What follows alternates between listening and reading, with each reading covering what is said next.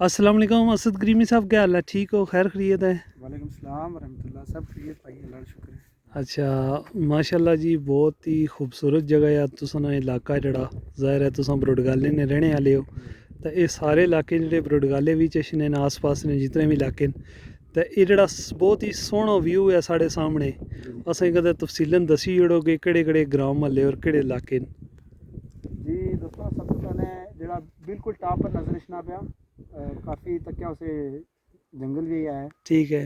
ये जनाब इसने दाएं बाएं जितने भी एरिया सामने, ये जनाब जीरा दड़ा, पाला दड़ा, नीति समाना, उस तो तुसा थल्ले थोड़ा जा जो गैप ने विच तको जी आबादी है, ये जनाब राजधानी है।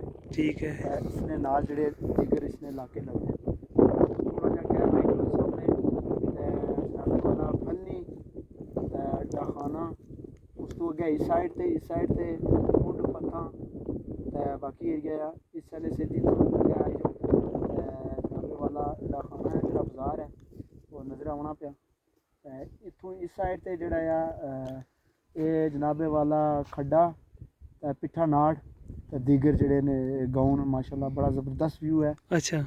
बिल्कुल ए जड़ा सामने नज़र रखना पाया, चेक करो रोड जड़ा है बिल्कुल अंदर लग जड़ा है सारा प्रॉपर मुकम्मल माशाल्लाह। रेतला सामने पार, नाल ही इसने जनाबे वाला लंगर है, बड़ा ज़बरदस्त गाँव है, प्यारा व्यू ज़बरदस्त आना पाया जी माशाल्लाह।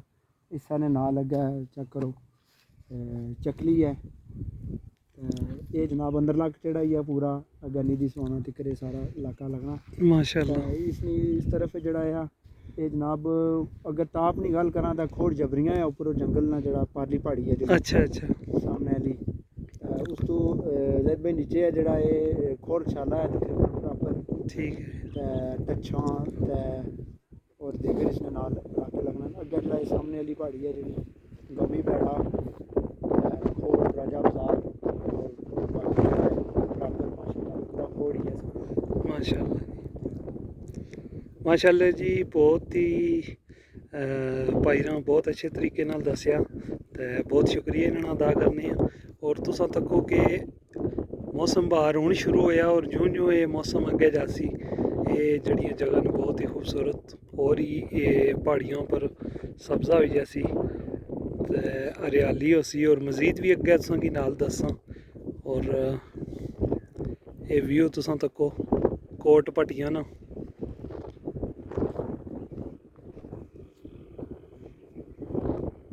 बहुत ही खूबसूरत जगह है। इस पासे साढ़े वादी बना ने और बेशुमार जड़े ग्राम म्हल्ले ते इसने बारे च भी नहीं पुछने, तो मिलने किसी नैक्सट वीडियो विच। दुआन च याद रखसो। अल्लाह हाफिज़।